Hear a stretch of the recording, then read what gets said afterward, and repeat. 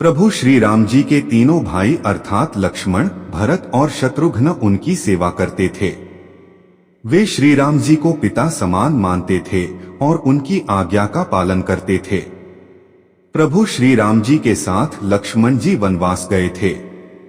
प्रभु श्री राम और लक्ष्मण इनमें अगाध प्रेम था। रावण के साथ जब महाभयंकर युद्ध हुआ था, तब लक्ष्मण जी ने रावण के पुत्र इंद्रजित का वध किया था। लक्ष्मण जी ने इंद्रजित का वध कैसे किया था, यह कथा अब हम सुनते हैं। प्रभु श्री राम जी जब रावण से युद्ध कर अयोध्या वापस लौटे, तब उनसे मिलने अगस्त्य मुनि अयोध्या पहुंचे। दोनों में लंका में हुए युद्ध के बारे में चर्चा होने लगी।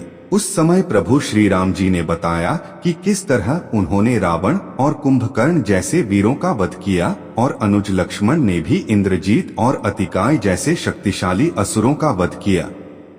तभी अगस्त्य मुनि बोले, हे श्री राम, रावण और कुंभकर्ण प्रचंड वीर थे, परंतु सबसे बड़ा वीर रावण का पुत्र इंद्रजीत ही था। इंद्रजीत ने अंतरिक्ष में हुए युद्ध में इंद्र को बंदी बनाया और उन्हें लंका ले गया। ब्रह्मा जी ने इंद्रजीत से दान के रूप में इंद्र को मांगा, तब उसने दिए दान के कारण इंद्र मुक्त हुए।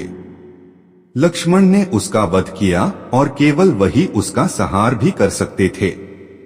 अगस्त्य मुनि जी से लक्ष्मण की वीरता की प्रशंसा सुनकर श्री राम जी बहुत प्रसन्न हुए। साथ ही वे अचंभित भी हुए। उन्होंने अगस्त्य मुनि जी से पूछा, ऐसा क्या था कि केवल लक्ष्मण ही इंद्रजीत का वध कर सकता था? तब अगस्त्य मुनि ने बताया, हे प्रभु, इंद्रजीत को वरदान था कि उसका वध वही कर सकता था जो 14 वर्षों तक न सोया हो, जिसने 14 वर्षों तक किसी स्त्री का मुख नहीं देखा हो, जिसने 14 वर्षों तक भोजन न किया हो। प्रभु श्री राम जी बोले, परंतु मुनिवर, मैं वनवास काल में 14 वर्षों तक नियमित रूप से लक्ष्मण के हिस्से का फल फूल उसे देता रहा। मैं सीता के साथ एक कुटी में रहता था। बगल की कुटी में लक्ष्मण का निवास था, तो सीता का मुख भी न देखा हो और 14 वर्षों तक सोए न हो, ऐसा कैसे हो सकता है? प्रभु श्री राम की सारी बात समझकर अगस्त्य मुनि मुस्कुराए। श्री राम जी स्वयं भगवान थे।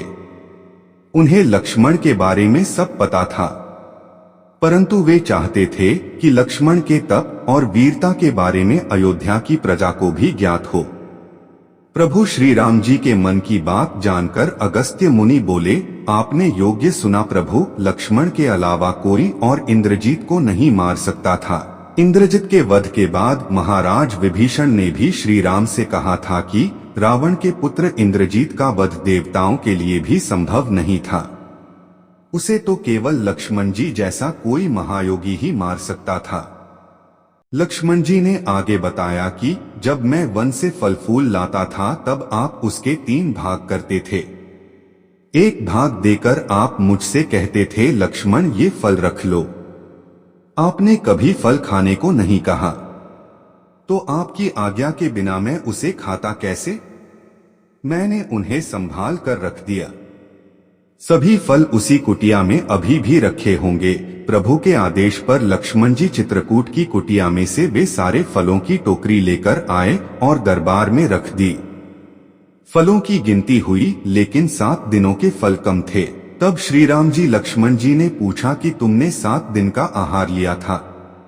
तब लक्ष्मण जी ने बताया, प्रभु, जिस दिन पिताश्री के स्वर्गवासी होने की सूचना मिली, हमने आहार के लिए फल नहीं लाए। इसके बाद जब रावण ने माता सीता का हरण किया, उस दिन भी हमने आहार नहीं लिया। जिस दिन आप समुद्र की साधना कर उससे राह मांग रहे थे, उस दिन भी हमने आहार नहीं लिया। जब इंद्रजीत के नागपाश में बंधकर हम दिन भर अचेत रहे, उस दिन, और जिस दिन इंद्रजीत ने मायावी सीता का सिर काटा था, उस दिन हमने शोक के कारण आहार नहीं लिया। इसके अलावा जिस दिन रावण ने मुझ पर शक्ति से प्रहार किया और जिस दिन आपने रावण का वध किया, यह दोनों दिन भी हमने आहार नहीं लिया। इन 7 दिनों में हम निराहारी रहे। इस कारण 7 दिनों का आहार कम है। लक्ष्मण जी ने भगवान श्री राम से कहा, मैंने गुरु विश्वामित्र से एक अतिरिक्त विद्या का ज्ञान लिया था। इससे बिना अन्न ग्रहण किए भी व्यक्ति जीवित रह सकता है। उसी विद्या से मैंने भी अपनी भूख नियंत्रित की और इंद्रजीत मारा गया।